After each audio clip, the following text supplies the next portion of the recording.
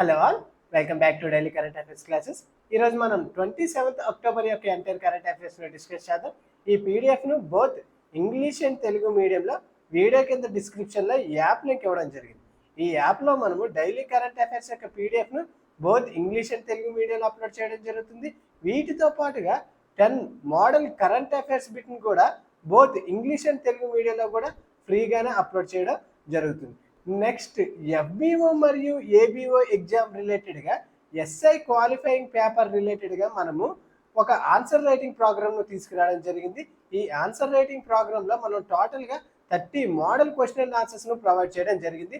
వీటిని కూడా యాప్లో ఇవ్వడం జరిగింది. ఈరోజు మనం కరెంట్ అఫైర్స్ను అబ్జర్వ్ చేస్తే సైన్స్ అండ్ టెక్నాలజీ రిలేటెడ్గా ఇంపార్టెంట్ ఎక్స్పెరిమెంట్ మనం అబ్జర్వ్ చేస్తే తాజాగా భారత అంతరిక్ష పరిశోధన సంస్థ ఇస్రో అనేది ఫ్యూచర్లో ఈ CMS-03 అనే ఎక్స్పెరిమెంట్ను కండక్ట్ చేయడం జరుగుతుంది. ఓకే, నెక్స్ట్ ఇస్రో అనేది నిర్వహించబోయే ఎక్స్పెరిమెంట్ నేమ్ ఏమిటి అంటే CMS-03 ఎక్స్పెరిమెంట్. నెక్స్ట్ ఇస్రో ద్వారా ఇంపార్టెంట్ ప్రయోగం ఏమిటి అంటే CMS-03 ఉపగ్రహ ప్రయోగ స్థలాన్ని మనం అబ్జర్వ్ చేస్తే రెగ్యులర్గానే శ్రీహరికోట, ఆంధ్రప్రదేశ్లో ఉన్న శ్రీహరికోటలో సతీష్ ధావన్ స్పేస్ సెంటర్ నుంచి ఈ ప్రయోగాన్ని నిర్వహించడం జరుగుతుంది. ఓకే, ఎవరు నిర్వహిస్తున్నారు అంటే ఇండియన్ స్పేస్ రీసెర్చ్ ఆర్గనైజేషన్ వాళ్ళు దీన్ని నిర్వహించడం జరుగుతుంది. పర్టికులర్గా మనము ఈ CMS-03 ఉపగ్రహాన్ని మనం అబ్జర్వ్ చేస్తే దీనిని GSAT-7R కూడా పిలవడం జరుగుతుంది. ఓకే, దీని యొక్క మరొక నేమ్ ఏమిటి అంటే GSAT-7R. మనకి ఎగ్జామ్లో CMS-03 అనే ఇవ్వచ్చు లేదా GSAT-7R కూడా ఇవ్వచ్చు. దీనిని ఏ లాంచ్ వెహికల్ ద్వారా ప్రయోగించడం జరుగుతుంది అంటే మనకి ఎగ్జామ్ పర్స్పెక్టివ్లో చాలా ఇంపార్టెంట్. ప్రయోగ వాహనం అనేది లాంచ్ వెహికల్ మార్క్ 3 LVM-3 అనే లాంచ్ వెహికల్ ద్వారా ఈ ప్రయోగాన్ని చేయనున్నారు. ఉపగ్రహం యొక్క నేమ్ ఏమిటి అంటే GSAT-7R లేదా CMS-03. ఈ ఉపగ్రహం యొక్క బరువు ఎంత అంటే సుమారు 4400 కిలోల బరువు ఉండడం జరుగుతుంది. ఓకే, ఇది 4400 కేజీల బరువు ఉండడం జరుగుతుంది. భారతదేశం యొక్క అత్యంత బరువైన కమ్యూనికేషన్ ఉపగ్రహాల్లో ఇది కూడా ఒకటిగా ఉండడం జరుగుతుంది. ఓకే, కమ్యూనికేషన్ ఉపగ్రహాల్లో అతి ఎక్కువ బరువుతో ఈ ఉపగ్రహాన్ని ప్రయోగించడం జరుగుతున్నారు. దీన్ని అంతరిక్షంలో ఏ కక్షలో ప్లేస్ చేయనున్నారు అంటే జియోసింక్రోనస్ ట్రాన్స్ఫర్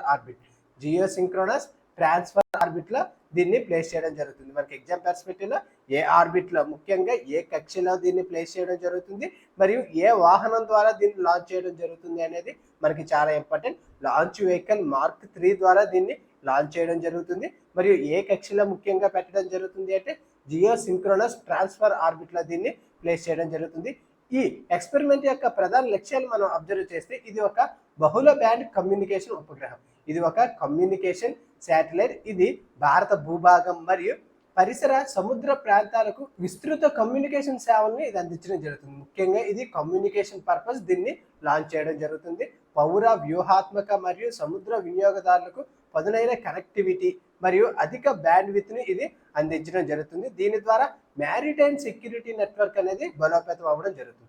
ఓకే, ఈ ఎక్స్పెరిమెంట్ ద్వారా మ్యారిటైమ్ సెక్యూరిటీ నెట్వర్క్ అనేది బలోపేతం అవ్వడం జరుగుతుంది. ఇక్కడ మనకి ఏమిటి ఇంపార్టెంట్ అంటే ఈ ఉపగ్రహం యొక్క నేమ్ ఏమిటి అంటే GSAT-7R లేదా CMS-03. ఏ లాంచ్ వెహికల్ ద్వారా దీన్ని ప్రయోగించడం జరుగుతుంది అంటే లాంచ్ వెహికల్ మార్క్ 3 ద్వారా దీన్ని ప్రయోగించడం జరుగుతుంది. దీని యొక్క వెయిట్ ఎంత అంటే 4400 కిలోలు ఉండడం జరుగుతుంది. దీన్ని ముఖ్యంగా ఏ కక్షలో ప్లేస్ చేయడం జరుగుతుంది అంటే జియోసింక్రోనస్ ట్రాన్స్ఫర్ ఆర్బిట్లో దీన్ని ప్లేస్ చేయడం జరుగుతుంది. ఇక్కడ మనము ఎగ్జామ్ రిలేటెడ్గానే కొంచెం స్టాటిక్ పోర్షన్ మనం అబ్జర్వ్ చేస్తే మనకి ఈ ఉపగ్రహాలు అనేవి వివిధ కక్షలో ప్లేస్ చేయడం జరుగుతుంది. ఓకే, వాటి యొక్క అవసరాల కోసం ఈ ఉపగ్రహాలను వివిధ కక్షలో ప్లేస్ చేయడం జరుగుతుంది. అందులో one of the important orbit ఏంటి అంటే జియోసింక్రోనస్ ఆర్బిట్. దీనితో పాటుగా మనం అబ్జర్వ్ చేస్తే సన్ సింక్రోనస్ ఆర్బిట్ ఉండడం జరుగుతుంది, జియో స్టేషనరీ ఆర్బిట్ మరియు లో earth orbit, medium earth orbit, ఇట్లా ఆర్బిట్స్ అనేవి ఉండడం జరుగుతుంది. పర్టికులర్గా ఈ ఎక్స్పెరిమెంట్ను ఏ ఆర్బిట్లో ప్లేస్ చేయడం జరుగుతుంది అంటే జియోసింక్రోనస్ కక్షలో దీన్ని ప్లేస్ చేయడం జరుగుతుంది. ఈ జియోసింక్రోనస్ కక్షను మనం పర్టికులర్గా అబ్జర్వ్ చేస్తే ఇది భూమి భ్రమణ దిశలో, అంటే జనరల్గా భూమి అనేది ఏ విధంగా భ్రమించడం జరుగుతుంది అంటే వెస్ట్ నుంచి ఈస్ట్కి తిరగడం జరుగుతుంది. ఓకే, భూ భ్రమణ దిశ అనేది వెస్ట్ నుండి ఈస్ట్కి ఉండడం జరుగుతుంది. ఈ ఉపగ్రహాన్ని కూడా ఈ భూమి యొక్క భ్రమణ దిశలో ఉండే విధంగా ప్లేస్ చేయడం జరుగుతుంది.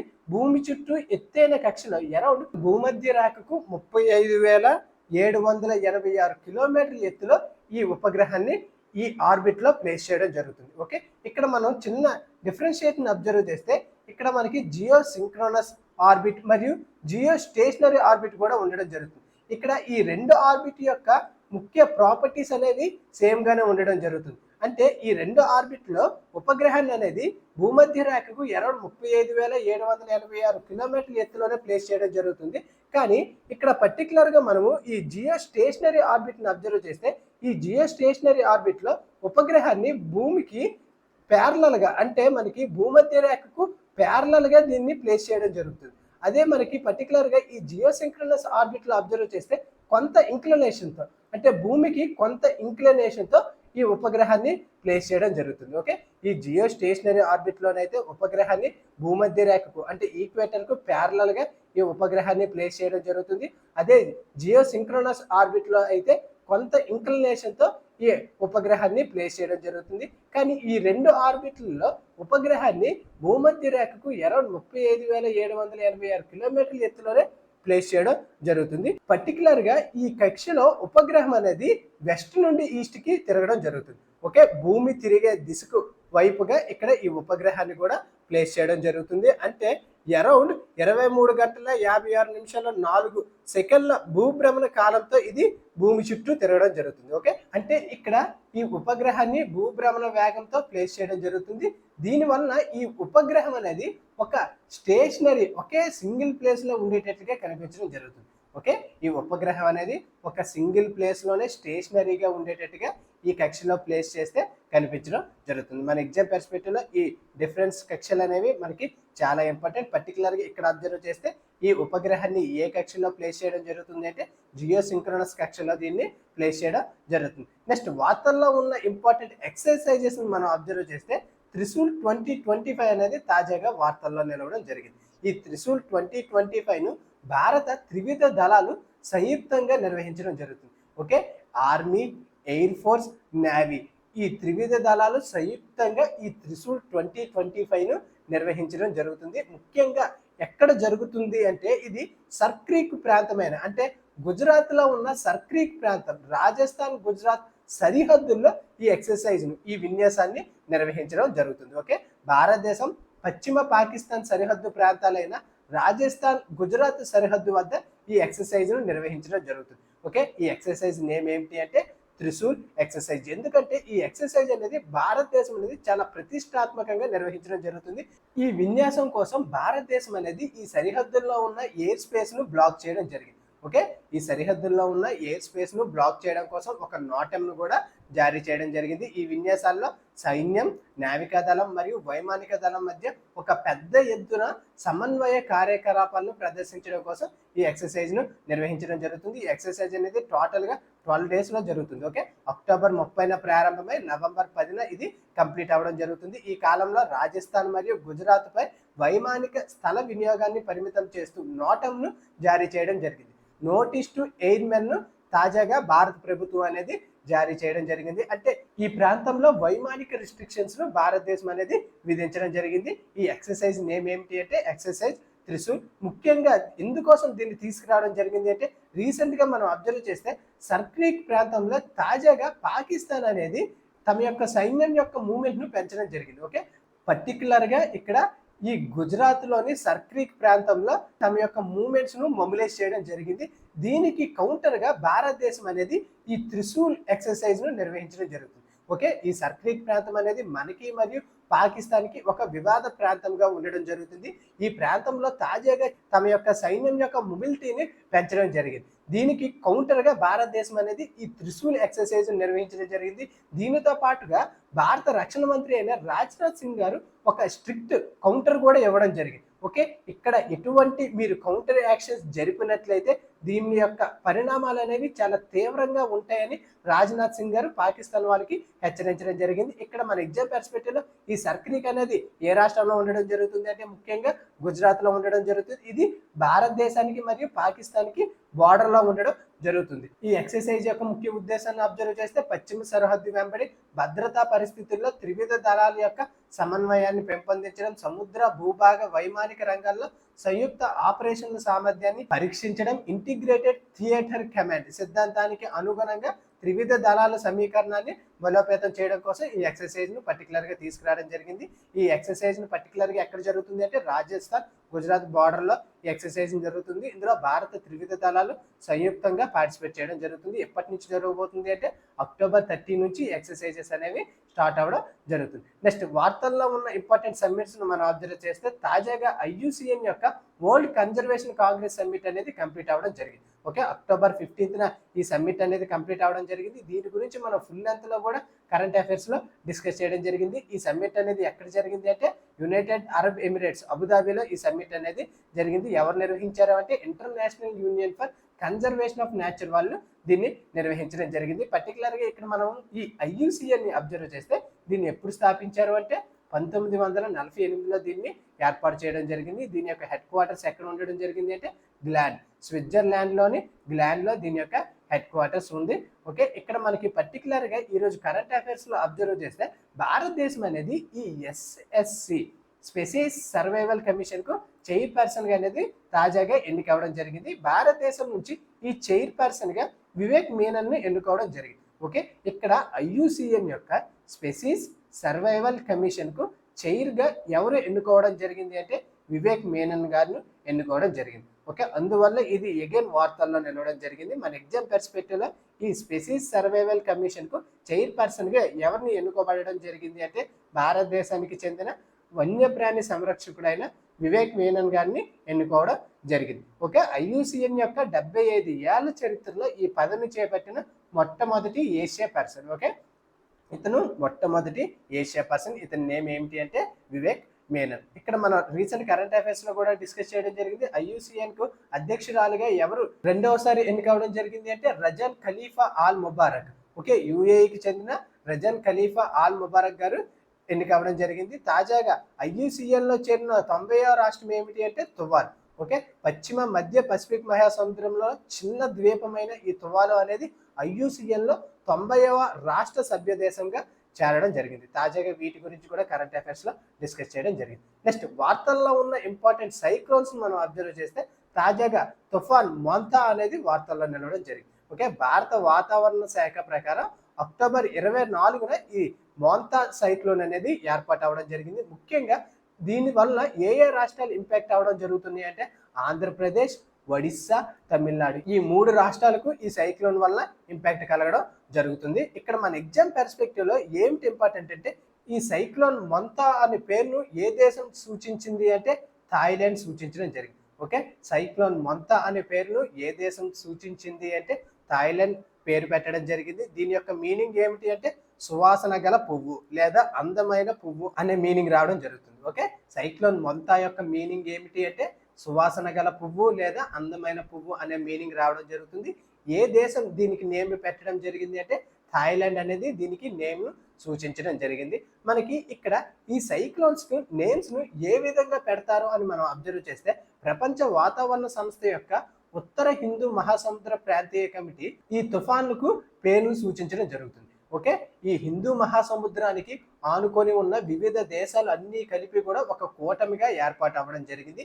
ఈ దేశాలు అన్నీ కూడా కొన్ని నేమ్స్ ను సూచించడం జరుగుతుంది. ఒక్కొక్క దేశం అనేది వివిధ రకాల పేర్లను సూచించడం జరుగుతుంది. ఈ పేర్ల ప్రకారంగా ఈ ప్రాంతంలో ఏర్పడిన సైక్లోన్స్ కు ఈ నేమ్స్ ను సూచించడం జరుగుతుంది. అందువల్ల వివిధ దేశాలు అనేది వివిధ నేమ్స్ ను పెట్టడం జరుగుతుంది. దీనికి రిలేటెడ్ గానే మనకి ఎగ్జామ్ పర్స్పెక్టివ్ లో ఏ దేశం అనేది ఏ సైక్లోన్ కి నేమ్ పెట్టింది మరియు దాని యొక్క మీనింగ్స్ అనేది మనకి చాలా ఇంపార్టెంట్. ఇక్కడ పర్టికులర్ గా అబ్జర్వ్ చేస్తే ఈ ఉత్తర హిందూ మహాసముద్ర ప్రాంతీయ కమిటీలో ఏ దేశాలు ఉండడం జరిగింది అంటే భారతదేశం, బంగ్లాదేశ్, మయన్మార్, థాయిలాండ్, శ్రీలంక, మాల్దీవులు, Oman, Pakistan, Yemen, Iran, Qatar, Saudi Arabia, UAE ఇటువంటి అన్ని దేశాలు కూడా సభ్య దేశాలుగా ఈ ఉత్తర హిందూ మహాసముద్ర ప్రాంతీయ కమిటీలో ఉండడం జరుగుతుంది. ఈ దేశాలు అన్ని కూడా వివిధ రకాల నేమ్స్ ను ఈ సైక్లోన్స్ కు సూచించడం జరుగుతుంది. ముఖ్యంగా ఈ సైక్లోన్స్ కు ఎందుకు నేమ్ పెట్టడం జరుగుతుంది అంటే ప్రజలు ఈ తుఫాన్లను సులభంగా గుర్తించడం జరుగుతుంది. ఒకేసారి 2-3 సైక్లోన్స్ అనేవి ఈ ప్రాంతంలో కలగడం జరుగుతుంది. అందువలన ప్రజల్లో క్లారిటీ కోసం ఈ సైక్లోన్స్ కు నేమ్స్ ను సూచించడం జరుగుతుంది. అంటే ఒక్కసారి ఉపయోగించిన ఈ నేమ్స్ ను మరలా రిపీటెడ్ గా ఉపయోగించడం జరుగుతుంది. హెచ్చరికలు మరియు సమాచార ప్రసారంలో స్పష్టతను కలుగజేయడం జరుగుతుంది. ఓకే, ఈ సైక్లోన్ అనేది పర్టికులర్గా ఈ ప్రాంతంలో ఇంపాక్ట్ కలిగించడం జరుగుతుంది, ఇంత నష్టం కలిగించడం జరుగుతుంది అని ఒక అవగాహన, ఒక స్పష్టతను ఇది ఇవ్వడం జరుగుతుంది. ఒకే సీజన్లో ఏర్పడే బహుళ తుఫాన్ల మధ్య గందరగోళం లేకుండా ఈ నేమ్స్ అనేది ఒక క్లారిటీ అనేది ఇవ్వడం జరుగుతుంది. అందువల్ల ఈ సైక్లోన్స్ కు ఈ నేమ్స్ ను ఇవ్వడం జరిగింది. నెక్స్ట్ వార్తల్లో ఉన్న ఇంకొక ఇంపార్టెంట్ హరికేన్ అబ్జర్వ్ చేస్తే హరికేన్ మెలిసా అనేది తాజాగా కరేబియన్ లో బలపడడం జరిగింది. ఓకే, ఈ హరికేన్ మెలిసా అనేది ఎక్కడ ఏర్పాటు అవ్వడం జరిగింది అంటే కరేబియన్ దీవుల్లో ఏర్పాటు అవ్వడం జరిగింది. దీనివల్ల Haiti, Jamaica, Dominican republic, Cuba మరియు బెహమాస్ ప్రాంతాల్లో భారీ స్థాయి అప్రమత్త జారీను ప్రభుత్వాలు విడుదల చేయడం జరిగింది. ఇక్కడ ఎగ్జామ్ పర్స్పెక్టివ్ లో ఈ హరికేన్ మెలిసా అనేది ఏ ప్రాంతంలో ఇంపాక్ట్ కలిగించడం జరిగింది అంటే కరేబియన్ దీవుల ప్రాంతాల్లో ఈ హరికేన్ మెలిసా అనేది ఇంపాక్ట్ కలిగించడం జరిగింది. ఓకే, ఇక్కడ ఈ హరికేన్ మెలిసా మరియు సైక్లోన్ మమతా అనేది మనకి చాలా ఇంపార్టెంట్. నెక్స్ట్ తాజాగా Asian association of south east Asian nation లో తైమూర్ లెస్టే అనేది 11వ దేశంగా చేరడం జరిగింది. ఓకే, ఏషియన్ యొక్క 47వ సదస్సు అనేది మనకి కౌలాలంపూర్ లో జరుగుతుంది. భారతదేశం యొక్క ప్రధానమంత్రి నరేంద్ర మోదీ గారు ఇందులో వర్చువల్ గా పార్టిసిపేట్ చేయడం జరుగుతుంది. ఓకే, ఇది ఎన్నవ సదస్సు అంటే 47వ ఏషియన్ శిఖరాగ్ర సదస్సు ఎక్కడ జరుగుతుంది అంటే మలేషియాలోని కౌలాలంపూర్ లో జరుగుతుంది. తాజాగా ఏ దేశం ఈ ఏషియన్ లో చేరింది అంటే తైమూర్ లెస్టే ఇందులో చేరింది. ఓకే, ఇది ఎన్నవ దేశం అంటే 11వ దేశం. ఇప్పటి వరకు ఏషియన్ లో 10 దేశాలు మాత్రమే ఉండడం జరిగింది. 1999 తర్వాత ఇది కొత్త దేశాన్ని చేర్చుకోవడం జరిగింది. 1999 నుంచి 2025 వరకు ఇందులో కేవలం 10 దేశాలు మాత్రమే ఉన్నాయి. 2025లో కొత్తగా 11వ దేశాన్ని ఈ ఏషియన్ కూటమి అనేది చేర్చుకోవడం జరిగింది. ఆ దేశం యొక్క నేమ్ ఏమిటి అంటే తైమూర్ లెస్టే.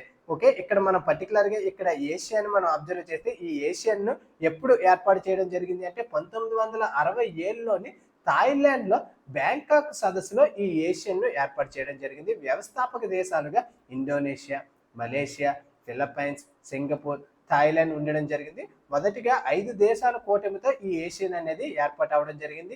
దీని తర్వాత 1984లో బ్రునై, 1995లో వియత్నాం, 1997లో లావోస్ మరియు మయన్మార్, 1999లో కంబోడియా అనేది చేరడం జరిగింది. ఓకే, ఇప్పటి వరకు కూడా ఈ ఏషియన్లో 10 దేశాలు మాత్రమే ఉండడం జరిగింది. తాజాగా 2025లో తైమూర్ లెస్టే చేరడంతో 11 దేశాల కూటమిగా ఇది నిలవడం జరిగింది. ఓకే, ఇప్పుడు ఈ ఏషియన్లో టోటల్గా ఎన్ని దేశాలు ఉన్నాయంటే 11 దేశాలు ఉన్నాయి. ఈ దేశాల యొక్క లిస్ట్ కూడా మనకి చాలా ఇంపార్టెంట్. తాజాగా ఎన్నో దేశం చేరింది అనేది ఇక్కడ ఇంపార్టెంట్. ఇప్పుడు పర్టికులర్గా ఈ ఏషియన్ సదస్సును అబ్జర్వ్ చేస్తే ఇది ఎన్నవ సదస్సు అంటే 47వ సదస్సు ఎక్కడ జరుగుతుంది అంటే మలేషియాలోని కౌలాలంపూర్లో జరుగుతుంది. ఇక్కడ పర్టికులర్గా థీమ్ను అబ్జర్వ్ చేస్తే ఇంక్లూజివిటీ మరియు స్టెబిలిటీ అనే థీమ్తో ఈ సదస్సును నిర్వహించడం జరుగుతుంది. ఓకే, 2025 గాను ఈ ఏషియన్ థీమ్ ఏమిటి అంటే ఇంక్లూజివిటీ అండ్ స్టెబిలిటీ అనే థీమ్తో ఈ సదస్సును నిర్వహించడం జరుగుతుంది. నెక్స్ట్ వార్తల్లో ఉన్న ఇంపార్టెంట్ వీక్స్ అండ్ డేస్ మనం అబ్జర్వ్ చేస్తే తాజాగా దేశవ్యాప్తంగా విజిలెన్స్ అవగాహన వారాన్ని 2025 గాను ప్రారంభించడం జరిగింది.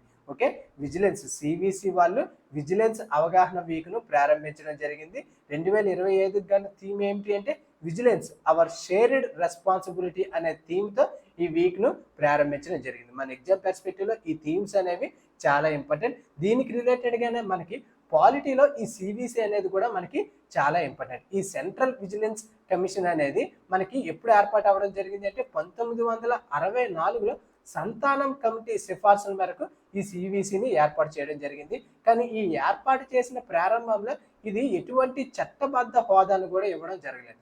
కానీ 2003లో దీనికి ఒక చట్టబద్ధ హోదాని ప్రభుత్వం అనేది ఇవ్వడం జరిగింది. అంటే ఇప్పుడు ఈ సివిసి అనేది ఒక చట్టబద్ధ సంస్థ. 2003లో సివిసి యాక్ట్ ప్రకారం ఇది చట్టబద్ధంగా ఏర్పాటు అవ్వడం జరిగింది. ఏ కమిటీ సిఫార్సుల మేరకు ఈ సివిసిని తీసుకురావడం జరిగింది అంటే 1964లో సంతానం కమిటీ సిఫార్సుల మేరకు ఈ సివిసిను తీసుకురావడం జరిగింది. ఇక్కడ మనకి అబ్జర్వ్ చేస్తే ఈ సివిసిల యొక్క కాంపోజిషన్ మనం అబ్జర్వ్ చేసి ఇందులో టోటల్గా 1+2 మెంబర్స్ ఉండడం జరుగుతుంది. అంటే ఒక చైర్పర్సన్ మరియు 2 కమిషనర్స్ ఇందులో ఉండడం జరుగుతుంది. వీళ్ళ యొక్క పదవీ కాలాన్ని అబ్జర్వ్ చేస్తే 4 సంవత్సరాలు లేదా 65 సంవత్సరాలు వచ్చినంత వరకు వీళ్ళు పదవీ కాలంలో ఉండడం జరుగుతుంది. వీళ్ళను ఎవరు అపాయింట్ చేయడం జరుగుతుంది అంటే ప్రెసిడెంట్ అపాయింట్ చేయడం జరుగుతుంది. ఓకే, ఈ సివిసి యొక్క చైర్పర్సన్ మరియు మెంబర్స్ని ఎవరు అపాయింట్ చేయడం జరుగుతుంది అంటే ప్రెసిడెంట్ అపాయింట్ చేయడం జరుగుతుంది. అపాయింట్మెంట్ కమిటీలో ప్రైమ్ మినిస్టర్, హోమ్ మినిస్టర్ మరియు leader of opposition party member కూడా ఉండడం జరుగుతుంది. ఓకే, ఈ కమిటీలో ముగ్గురు ఉండడం జరుగుతుంది. ఎవరు అపాయింట్ చేస్తారంటే ప్రెసిడెంట్ అపాయింట్ చేయడం జరుగుతుంది. ఇందులో టోటల్గా 3 మెంబర్స్ 1+2 కాంపోజిషన్తో ఈ సిబిసిలో ఉండడం జరుగుతుంది. మనకి ఇక్కడ పర్టికులర్గా అబ్జర్వ్ చేస్తే 2003లో దీనికి చట్టబద్ధ హోదాను కూడా ఇవ్వడం జరిగింది. ఈ సిబిసి యొక్క యాన్యువల్ రిపోర్ట్ను ఎవరికి సమర్పించడం జరుగుతుంది అంటే ప్రెసిడెంట్కు సమర్పించడం జరుగుతుంది. ఈ సిబిసి యొక్క యాన్యువల్ రిపోర్ట్ను ప్రతి ఇయర్ కూడా ప్రెసిడెంట్కు సమర్పించడం జరుగుతుంది. 2025కు గాను ఈ విజిలెన్స్ కమిషన్ అనేది ఒక అవగాహన వీక్ను ప్రారంభించడం జరిగింది. ఈ 2025కు గాను థీమ్ ఏమిటి అంటే విజిలెన్స్ అవర్ షేర్డ్ రెస్పాన్సిబిలిటీ అనే థీమ్తో ఈ వీక్ను నిర్వహించడం జరుగుతుంది. నెక్స్ట్ వార్తల్లో ఉన్న ఇంపార్టెంట్ పర్సనాలిటీస్ని మనం అబ్జర్వ్ చేస్తే సిషెల్స్కు అధ్యక్షుడిగా ఎవరు ఎన్నికవ్వడం జరిగింది అంటే డాక్టర్ ప్యాట్రిక్ హెర్మానీ గారు ఎన్నికవడం జరిగింది. ఈ ఓత్ సెరమోనీకి భారతదేశం యొక్క ఉపరాష్ట్రపతి అయిన సిపి రాధాకృష్ణ గారు అటెండ్ అవ్వడం జరుగుతుంది. సిషెల్స్ యొక్క అధ్యక్షుడి ప్రమాణ స్వీకారానికి ఎవరు అటెండ్ అవ్వడం జరుగుతుంది అంటే భారత ఉపరాష్ట్రపతి అయిన సిపి రాధాకృష్ణ గారు అటెండ్ అవ్వడం జరుగుతుంది. ఇక్కడ ఈ సిషెల్స్ కు అధ్యక్షుడిగా ఎవరు ఎన్నికవడం జరిగింది అంటే డాక్టర్ ప్యాట్రిక్ హెర్మానీ గారు ఎన్నికవడం జరిగింది. ఈ సిషెల్స్ అనేది భారత్ విజన్ యొక్క Sagar security and growth for all in the region లో ఒక ముఖ్య భాగస్వామిగా ఈ కంట్రీ అనేది నిలవడం జరిగింది. ఇక్కడ ఎగ్జామ్ పర్స్పెక్టివ్ లో ఈ సిషెల్స్ కు అధ్యక్షుడిగా ఎవరు ఎన్నికవడం జరిగింది అంటే డాక్టర్ ప్యాట్రిక్ హెర్మానీ గారు ఎన్నికవడం జరిగింది. నెక్స్ట్ థాయిలాండ్ క్వీన్ మదర్ గా పేర్కొనిన సిరికెట్ గారు తాజాగా మరణించడం జరిగింది. ఓకే, థాయిలాండ్ కు క్వీన్ మదర్ గా పేరుగాంచిన సిరికెట్ గారు తాజాగా మరణించడం జరిగింది. సాంప్రదాయ చేతి వృత్తులు, అడవులను రక్షించేందుకు ఈమె చాలా తీవ్రంగా కృషి చేయడం జరిగింది. అందుకు గాను ఈమెను థాయిలాండ్ క్వీన్ మదర్గా పిలవడం జరుగుతుంది. తాజాగా ఈమె 93 ఏళ్ల వయసులో మరణించడం జరిగింది. ఓకే, ఈమె తాజాగా మరణించడం జరిగింది. ఈమె యొక్క నేమ్ ఏంటి అంటే సిరికెట్ కిటియాకర్. సిరికెట్ కిటియాకర్. ఈమె ఏ దేశానికి సంబంధించిన పర్సన్ అంటే థాయిలాండ్కు సంబంధించిన పర్సన్. ఈమెను క్వీన్ మదర్గా కూడా పిలవడం జరుగుతుంది. ఇక్కడ పర్టికులర్గా ఈమె గురించి మనం అబ్జర్వ్ చేస్తే ఈ సిరికెట్ గారి పుట్టినరోజును థాయిలాండ్ ప్రజలు మాతృ దినోత్సవంగా కూడా జరుపుకోవడం జరుగుతుంది. ఓకే, ఈమె యొక్క పుట్టినరోజు తేదీను థాయిలాండ్ ప్రజలు ఒక మాతృ దినోత్సవంగా కూడా జరుపుకోవడం జరుగుతుంది. ఈమె ముఖ్యంగా వెనుకబడిన చేతి వృత్తులను రక్షించేందుకు గాను 1976లో సపోర్ట్ ఫౌండేషన్ ప్రారంభించడం జరిగింది. ఈమె 1976లో ఒక సపోర్ట్ ఫౌండేషన్ ప్రారంభించడం జరిగింది. దీనితో పాటుగా సముద్ర తాబేలను కాపాడేందుకు గాను వన్యప్రాణుల పెంపక కేంద్రాలు, బహిరంగ జంతు ప్రదర్శనశాలను ఏర్పాటు చేయడం జరిగింది. ఈమె వన్యప్రాణులను కాపాడడంలో చాలా తీవ్రంగా కూడా కృషి చేయడం జరిగింది. ఈమె యొక్క నేమ్ ఏమిటి అంటే సిరికెట్ కిటియాకర్. ఏ దేశానికి చెందిన పర్సన్ అంటే థాయిలాండ్కు చెందిన పర్సన్. ఓకే, అవి ఫ్రెండ్స్ ఈరోజు వార్తల్లో ఉన్న ఎంటైర్ కరెంట్ అఫైర్స్. ఈ పీడిఎఫ్ను బోత్ ఇంగ్లీష్ అండ్ తెలుగు మీడియాలో వీడియో కింద డిస్క్రిప్షన్లో టెలిగ్రామ్ ఛానల్ ఇవ్వడం జరిగింది. ఈ టెలిగ్రామ్ ఛానల్లో ఈ పీడిఎఫ్ను అప్లోడ్ చేస్తున్నాను. Thank you for watching.